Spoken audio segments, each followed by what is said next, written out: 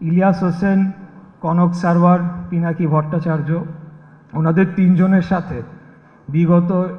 স্বৈরাচার ফ্যাসিবাদী আওয়ামী দুঃশাসন আমলে বিভিন্ন আন্দোলন সংগ্রামের সময় আমার যোগাযোগ ছিল এবং আমি বলবো যে বিভিন্ন সময় যখন চরম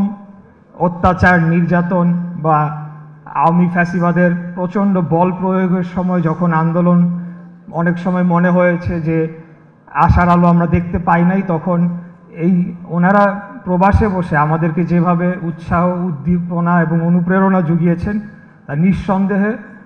২৪-এর গণ অভ্যুত্থানের প্রেক্ষাপট রচনার একটি গুরুত্বপূর্ণ অংশ হিসেবে তারা চিরকাল এই ইতিহাসে লেখা হয়ে থাকবে, এটি আমি বিশ্বাস করি। পাশাপাশি সাংবাদিক ইলিয়াস হোসেন ওনার যে গুরুত্বপূর্ণ ভূমিকা এবং অবদান বিভিন্ন ঐতিহাসিক যে দলিলপত্র এগুলো রিসার্চ করার মাধ্যমে বিভিন্ন সময় তিনি যে ধরনের তথ্য আমাদের সামনে জাতির সামনে নিয়ে এসেছেন সেটিও কিন্তু এই আন্দোলনকে রচনা করার জন্য একটি গুরুত্বপূর্ণ ভূমিকা রেখেছে। তারই উদ্যোগে তারই প্রতিষ্ঠান আজকে নতুন একটি যাত্রা শুরু করতে যাচ্ছে, নতুন একটি গণমাধ্যম আমরা পেতে যাচ্ছি। আমি আশা রাখবো অবশ্যই এই যেহেতু ওনারা এই